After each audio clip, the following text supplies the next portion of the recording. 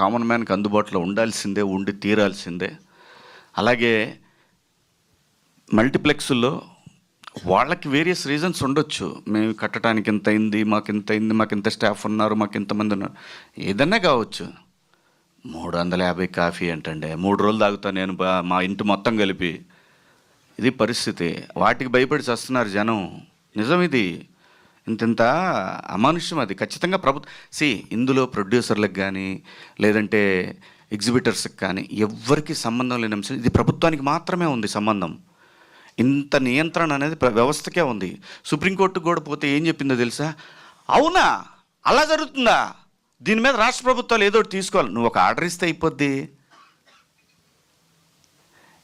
ఎవడికి వాడిది వాడు అంతే.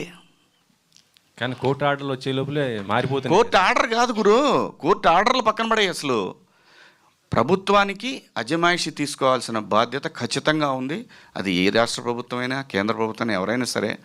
అజమాయిషి తీసుకోపోతే నా 600 రూపాయలు పాప్కార్న్ ఏంటి, 350 రూపాయలు కాఫీ ఏంటి, పార్కింగ్ ఫీజులు అంటే తీసేశారు సినిమాలకు. మరి షాపింగ్లు మళ్ళీ గిల్లుతున్నారు, చిన్నగా గిల్లుతున్నారు. అది కూడా అప్పుడు వస్తున్నాడు, ఏమంటే మీరు సినిమాకి వెళ్తున్నారు, షాపింగ్కి వెళ్తున్నారు. షాపింగ్కి వెళ్ళి సినిమాకి వెళ్తారు, నీకేంటి ప్రాబ్లం? టికెట్ల రోడ్లకి పోరాటం చేయొచ్చు కదా సార్. మీరు అందరూ ఉన్నారు, చేస్తున్నారు, నేను కూడా చెయ్యి అంట. ఓకేగా.